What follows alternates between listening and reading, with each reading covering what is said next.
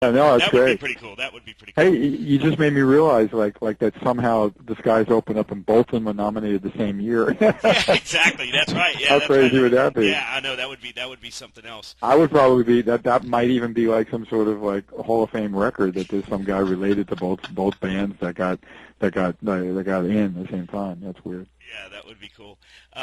You obviously have been at it a long time, Bruce. Not calling you old there, man. But we're both up there.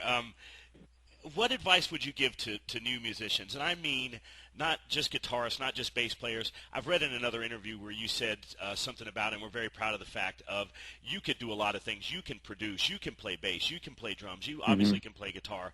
I know that you kind of personally down your singing, but I mean everybody else thinks it's just fine.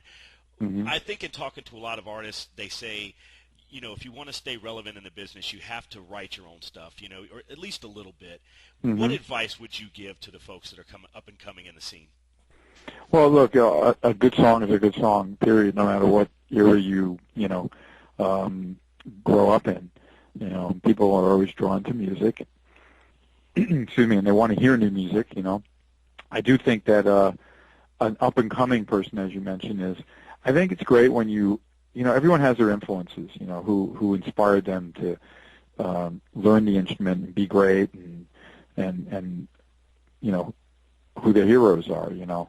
And I do think that if you're able to kind of absorb all that and then kind of like interpret it and make it your own and put it out there in a way that feels good to you, I think that gives you a competitive edge. And I think that a lot of, like when Van Halen broke, you know, they was clearly, you know, they were influenced by other things, but Eddie approached his guitar playing in such a unique way, you know.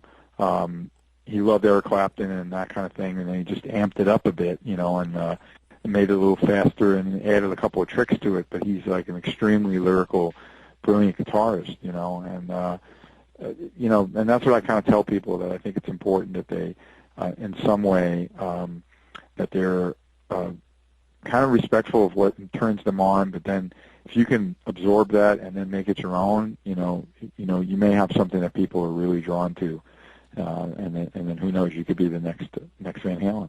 There you go. There you go. From Bruce Kulick, who knows because he has played in the big bands and played the big stages.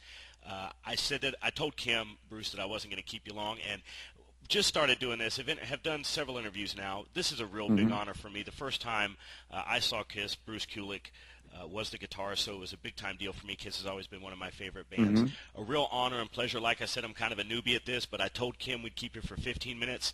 We just slipped over our 19th minute, and I don't think you died of boredom, so maybe I did okay. No, you did fine. You're going to do fine.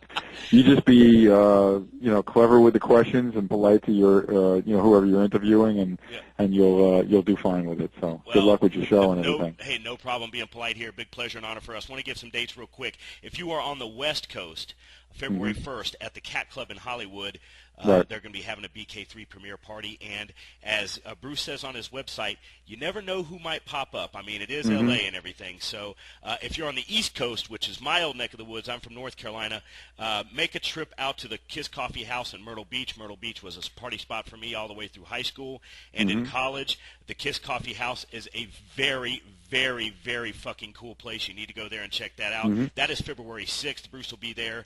That starts at 2 o'clock. The Cat Club in Hollywood, February 1st at 7 o'clock. Wanted to get that out there. So BK3, go out and buy it. Bruce Kulick, we appreciate you stopping by. Thanks so much, man. Hey, no problem. I really appreciate it. Take care. Good luck with the album. Okay. All right. Thanks, man. All right, bye.